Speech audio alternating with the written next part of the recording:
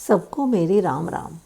आपको कहानी पसंद आ रही है, इसका आप सबको मेरी तरफ से बहुत बहुत धन्यवाद। पिछली बार आपने सुना कि राजा जनक बहुत परेशान थे क्योंकि बड़े बड़े राजा भी धनुष को हिला तक नहीं पाए थे। अब आगे। इधर राजा जनक की बातें सुनकर लक्ष्मण जी को बहुत गुस्सा आ रहा था।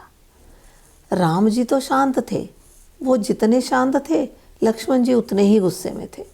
उनसे यह बर्दाश्त नहीं हो रहा था कि हमारे बैठे होते राजा जनक ने ये कैसे कह दिया कि इस धरती पर कोई वीर नहीं है।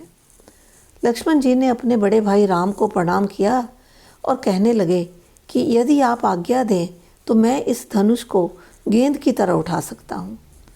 आपके सभा में रहते हुए राजा जनक यह कैसे कह सकते हैं कि धरती पे कोई वीर नहीं है। आप आज्ञा दें तो मैं इस धनुष को कच्चे घड़े की तरफ फोड़ डालूं। लक्ष्मण जी बहुत गुस्से में थे।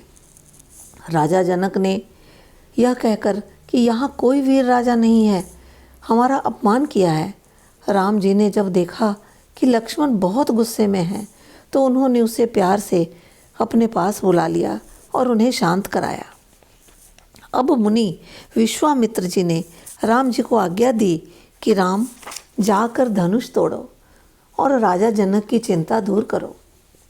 गुरु की आज्ञा पाकर राम जी उठे और उन्हें प्रणाम करके धनुष के पास चले। सीता जी ने देखा कि राम धनुष तोड़ने जा रहे हैं तो वो मन ही मन बहुत खुश हो रही थी। वे सभी देवी देवताओं से प्रार्थना कर रही थी कि धनुष को फूल जैसा हल्का कर दें ताकि राम जी उसे तोड़ सके। सब कुछ न कुछ सोच रहे थे। कोई सोच रहा था ये कैसे धनुष तोड़ेंगे, इतने कोमल है ये। लक्ष्मण जी ने देखा कि राम धनुष की तरफ देख रहे हैं तो उन्होंने चारों दिशाओं से पृथ्वी को आज्ञा दी कि धरती को थामे रहो, कि धरती हिलने न पाए ताकि राम इजीली धनुष तोड़ सके। अब राम जी धनुष के पास पहुँचे। उन्होंने मन ही मन शिव जी को प्रणाम किया और बड़ी फुर्ती से धनुष को उठा लिया और धनुष के 2 टुकड़े कर दिए। यह सब इतनी फुर्ती से हुआ कि धनुष की प्रत्यंचा चढ़ाते और खींचते किसी को दिखा ही नहीं, बस धनुष 2 टुकड़ों में दिखा।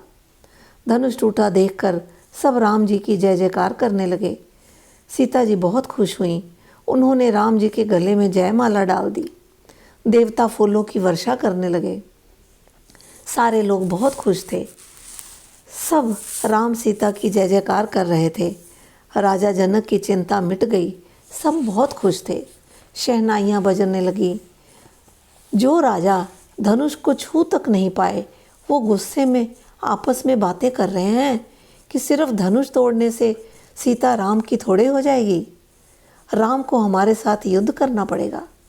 हमारे जीते जी सीता किसी और को नहीं ले जाने देंगे। सिर्फ राजा जनक एक बार हमें आज्ञा दे, बस। सारे राजा ईर्ष्या, घमंड और गुस्से में थे। सब घबरा रहे थे कि अब पता नहीं क्या होने वाला है। अब आगे की कहानी अगली बार। तब तक राम राम जी।